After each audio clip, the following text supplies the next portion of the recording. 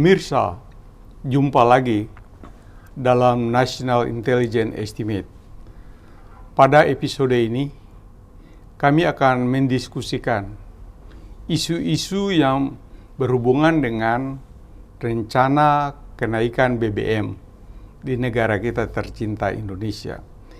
Kita tahu bersama bahwa pada akhir-akhir ini, harga minyak dunia cenderung naik. Dan ini diakibatkan oleh situasi politik dunia atau yang dikenal dengan geopolitik dunia yang berpengaruh terhadap pasar uang dan harga minyak dunia. Masalah lain adalah pasokan dari OPEC Plus berkurang. Dalam hal ini akan berpengaruh juga terhadap distribusi global. Dan kita tahu bahwa masalah geopolitik Iran dan Amerika yang mengakibatkan Iran sekarang mulai memproduksi sehingga negara seperti Saudi Arabia yang selama ini memproduksi minyak begitu banyak juga mengurangi produksi minyaknya. Ini mengakibatkan distribusi minyak dunia berkurang. Masalah lain adalah geopolitik perang yang terjadi di Rusia dan Ukraina. Semua ini mengganggu rantai pasok global dan ini berpengaruh terhadap semua negara, termasuk Indonesia. Dan isu sekarang berpengaruh terhadap APBN kita. Sudah hadir bersama saya Dr. Muhammad Munir, Ketua Dewan Analisis Strategis, untuk berdiskusi dengan saya bagaimana sebaiknya pemerintah Indonesia mengatur atau memanage kenaikan BBM ini ke depan sehingga tidak menimbulkan masalah atau konflik-konflik yang terjadi di dalam masyarakat. Misalnya konflik sosial dan lain-lain. Karena kita tahu bersama bahwa kita baru selesai mengalami suatu situasi yang sangat berat, yaitu COVID-19. Dan itu belum tuntas kita mengalami sekarang, jadi masyarakat baru bangkit. Pak Munir, selamat datang. Terima kasih Pak, selamat pagi Pak. Apa kabar Pak? Alhamdulillah baik, Bapak sehat ya? Sehat, terima kasih Pak. Jadi hari ini isu yang kita diskusikan tentang kenaikan BBM. Menurut pemahaman Pak Munir, kira-kira sudah saatnya pemerintah menaikkan BBM atau bagaimana? Baik Pak, terima kasih Pak Adrian. Saya diundang lagi dalam forum yang sangat penting ini. Kita ingin membahas khususnya dalam seminggu ini kan kita mendengar pemerintah akan menaikkan harga BBM. Sebetulnya kalau menurut saya, kenaikan BBM ini kan sudah terjadi dari masa pemerintahan ke pemerintahan. Kali ini permasalahannya semakin kompleks. Kita melihat dari latar belakang dulu ya, tadi Pak Adrian sudah menyinggung karena memang kalau kita bicara hukum pasar ya, itu harga itu pasti akan naik kalau supply-nya berkurang, demand meningkat. Sehingga harga naik, itu udah hukum pasar itu, tidak hanya migas saja. Kali ini itu terjadi, ya, dari mulai dampak harga migas global katakanlah, tadi disinggung karena adanya perang Rusia-Ukraina, ya, beberapa waktu yang lalu kan dampak dari terjadinya perang Rusia-Ukraina itu mengakibatkan harga minyak dunia itu melonjak. Ya, sampai bahkan sempat sampai 120 US dollar per barel, ya, tinggi. Padahal asumsi harga minyak di dalam APBN kita itu hanya 60 US dollar per barel.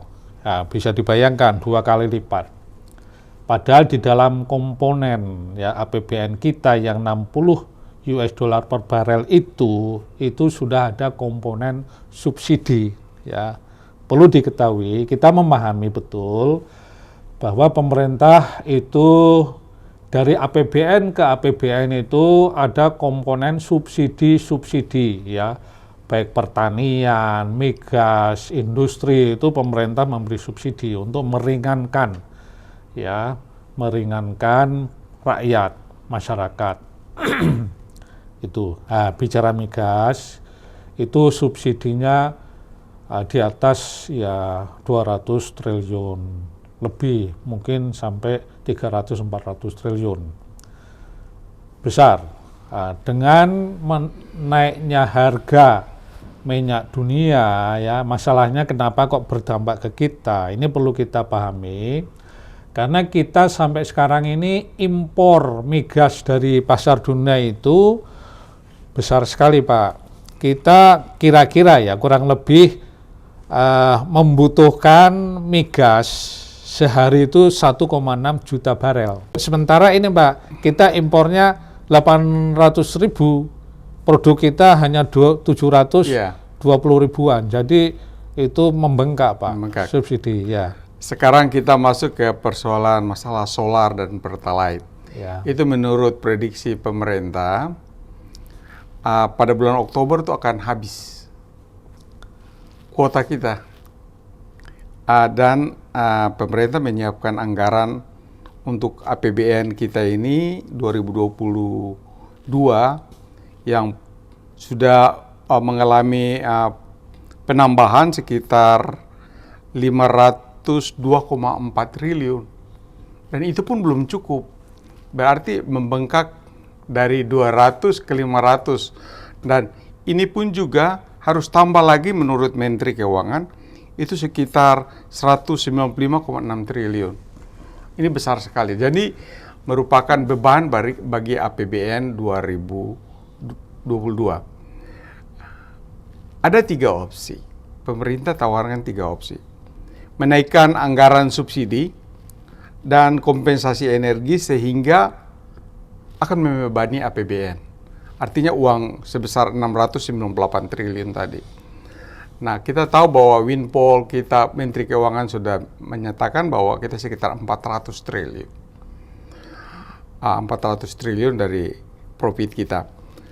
Apakah kemungkinan uang itu kita pakailah saja untuk menambah subsidi BBM, atau opsi kedua adalah mengendalikan volume pertalite dan solar. Yang ketiga, menaikkan harga BBM bersubsidi. Artinya harga yang kita sekarang berlaku dinaikkan harganya. Jadi ada 3 opsi. Untuk opsi pertama, menurut Bapak bagaimana? Artinya kita punya surplus uang yang ada itu, ditambahkan saja kepada APBN. Bagaimana Pak Munir melihat? Ya, jadi ini ibarat buah simalakama Pak bagi pemerintah. Dari dampak global tadi, mau nggak mau kita memang kalau kita pure atau kita murni mengikuti hukum pasar, kita menaikkan sesuai harga pasar tentu ya. Seberapa besar kita beli minyak impor, sebesar itulah kita menaikkan harga jual, kan gitu. Tetapi kan pemerintah tidak melakukan itu. Pemerintah menekan moderat mungkin ya harga itu untuk masyarakat, karena masyarakat kita akan sangat terbebani kalau dengan harga dunia, sehingga kita tekan agar tidak ini. Tentu dengan subsidi, jadi sini win-win ya, pemerintah di samping ya naikkan subsidi ya harga agar harga tidak terlalu tinggi sesuai harga pasar. Ini yang dilakukan Pak. Yang kedua tadi mengatur distribusi ya, kan produk migas itu ada beberapa jenis ya, jenis yang untuk misalnya angkot, gojek, untuk kapal-kapal nelayan ya, perahu-perahu nelayan itu yang solar, pertalite yang untuk masyarakat itu tentu menurut saya tetap harus disubsidi. Tadi informasi kok mau habis, ini tantangan bagi produsen dalam hal ini Pertamina untuk menjaga produk tadi ya. Sementara untuk migas minyak untuk mobil-mobil mewah itu ya tetap nggak usah disubsidi. Ya karena kan itu bagi orang-orang yang kaya. Ya. Iya, ya. Ini ada masalah, mungkin sedikit masalah angka ini. Misalnya subsidi solar itu kan, solar itu disubsidi pemerintah sekarang sebesar 8.800 dari harga keekonomiannya. Sekarang harganya 6.000-an. Itu sekitar 149 triliun. Rumah tangga itu sekitar 11%. 95%-nya rumah tangga mampu yang mengkonsumsi subsidi ini. Demikian juga Pertalite, rumah tangga yang mampu mengkonsumsi 60%.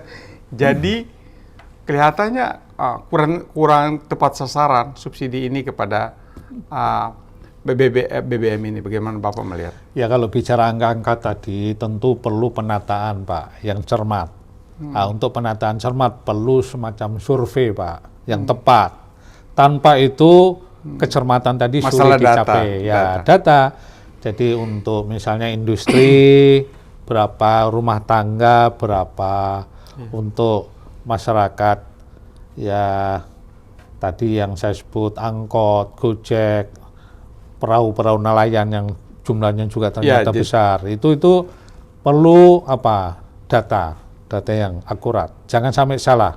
Kita mendengar selama ini salah sasaran, kurang tepat dan sebagainya. Bicara salah sasaran ya, kurang tepat. Itu kan data, Pak. Betul. Yang pertama data, yang kedua distribusinya ya.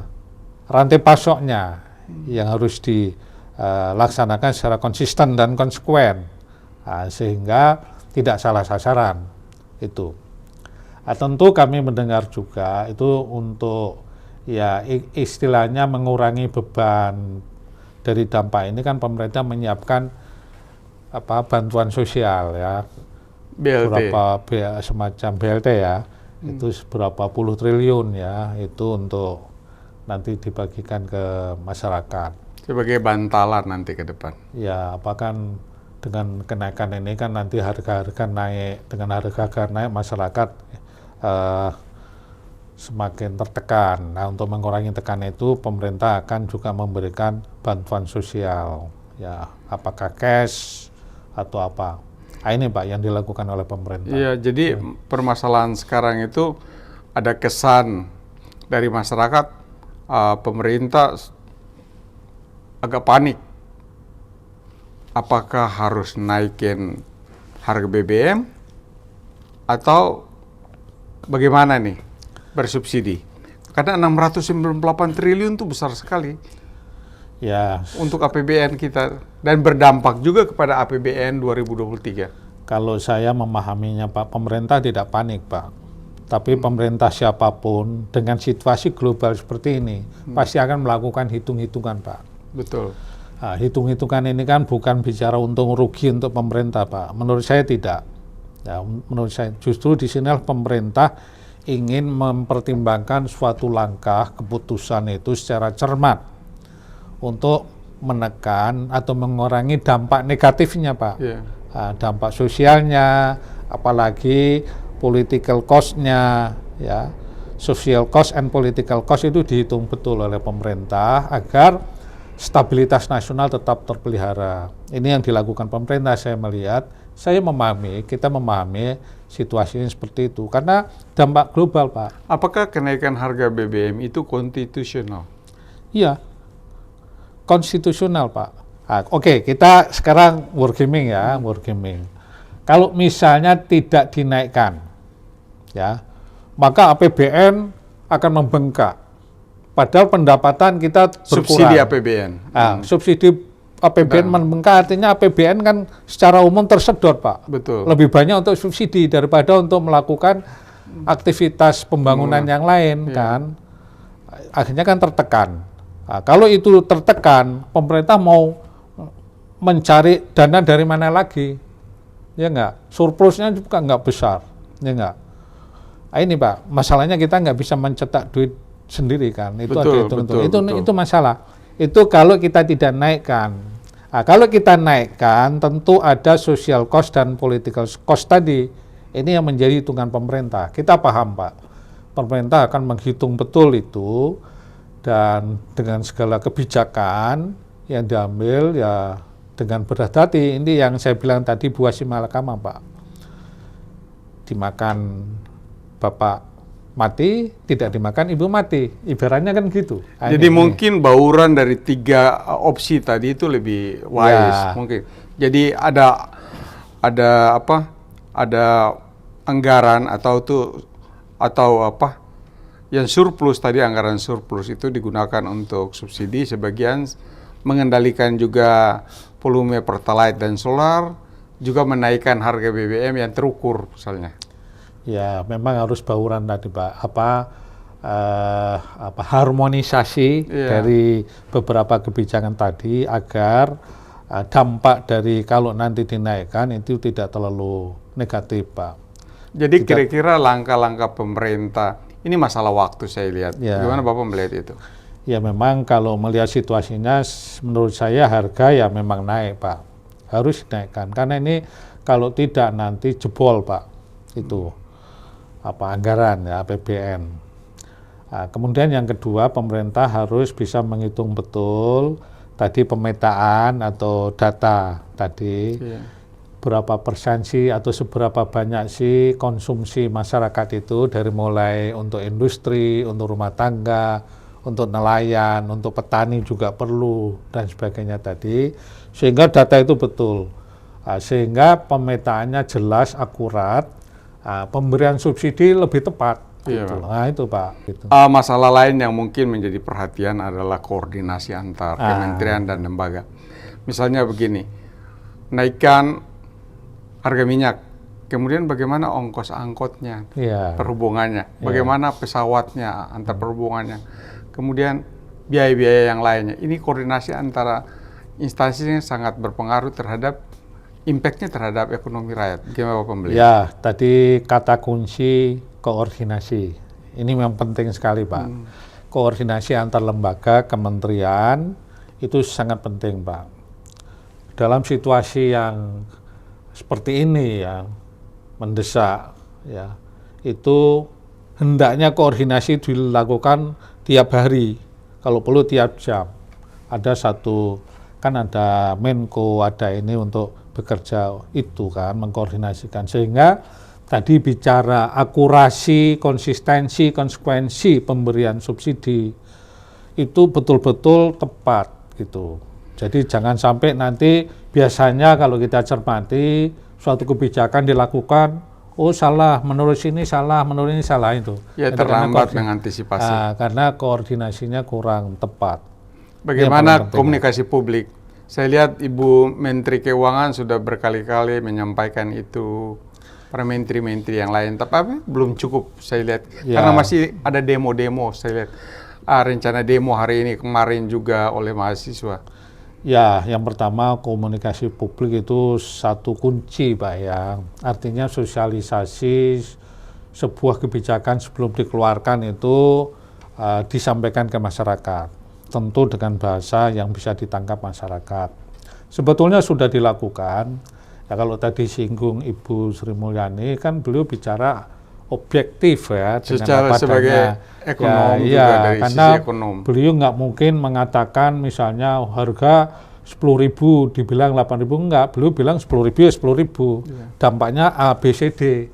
Nah, itu harus dikatakan begitu memang.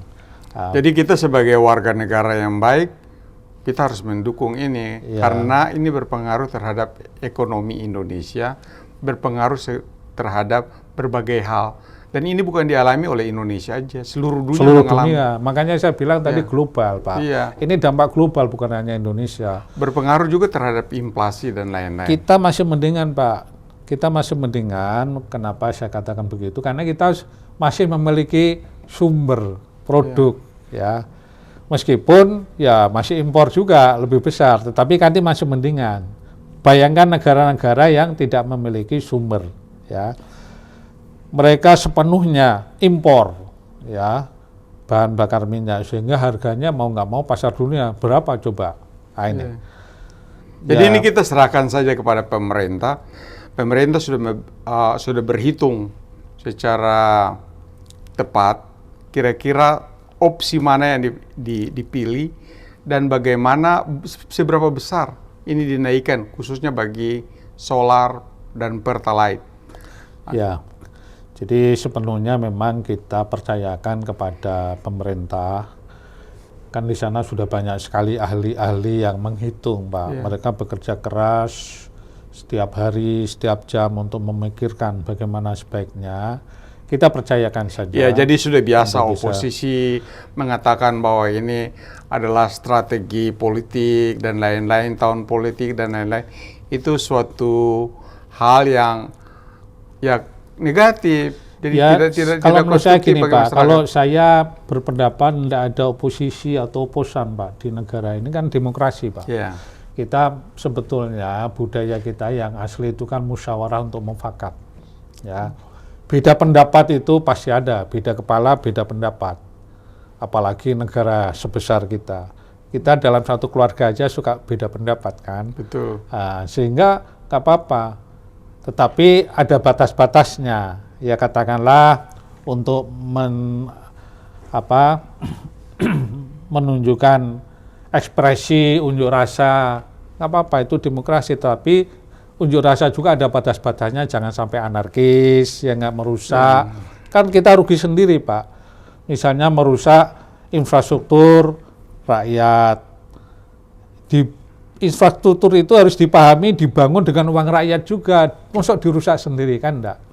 Ya sampaikanlah aspirasinya secara elegan, secara normal, sehingga pemerintah atau kita semuanya lah mengetahui, oh masih ada sekelompok masyarakat yang masih belum paham atau katakanlah menentang kasarannya ya. Nggak apa-apa, itu demokrasi. Tetapi mari kita selesaikan dengan secara baik. Gitu. Karena kita kan semua bersaudara, Pak. Kita di negara ini beda warna, beda parpol, beda politik, beda afiliasi, itu yaitu demokrasi. Tetapi jadi, kita tetap saudara, Pak. Jadi ini kondisi Indonesia, dan masalah yang kita hadapi secara global. Dan ini merupakan dampak dari ekonomi global. Pemerintah juga sudah bijak mengantisipasi ini. Dan kita yakin bahwa pemerintah akan melakukan yang terbaik bagi rakyat untuk kesejahteraan masyarakat, bukan untuk kepentingan kelompok dan politik. Tapi tadi kita simpulkan bahwa untuk itu diperlukan data yang akurat, koordinasi antar kementerian lembaga yang terkait yang baik, kemudian adanya komunikasi publik yang baik juga. Ya, betul. Ya, terima kasih, Pak. Terima kasih, Pak. Ada lagi yang mau disampaikan? Saya kira cukup, Pak. Jadi kita berdoa semoga ya kita ke depan akan semakin maju. Masalahnya kita kan punya tujuan nasional yang jauh lebih besar, Pak, yang harus dicapai dari generasi ke generasi. Kita berpikir bukan untuk kita saja. 2045 menjadi Indonesia emas, Indonesia maju. Iya, itu milestone 100 abad atau 100 tahun kemerdekaan kita, itu satu tonggak sejarah yang ingin kita capai. Kita mencapai kemampuan, kekuatan 5 besar ekonomi dunia, Pak. Nah, itu ini ramalan ini. Sehingga pertumbuhan ini harus dijaga. Nah, pertumbuhan itu bisa dijaga kalau ya dari periode ke periode ini bisa konsistensi pertumbuhan itu dicapai, Pak. Itu, terima kasih, terima kasih. Pemirsa, demikianlah diskusi kami dengan Dr. Muhammad Munir, Ketua Dewan Analis Strategis.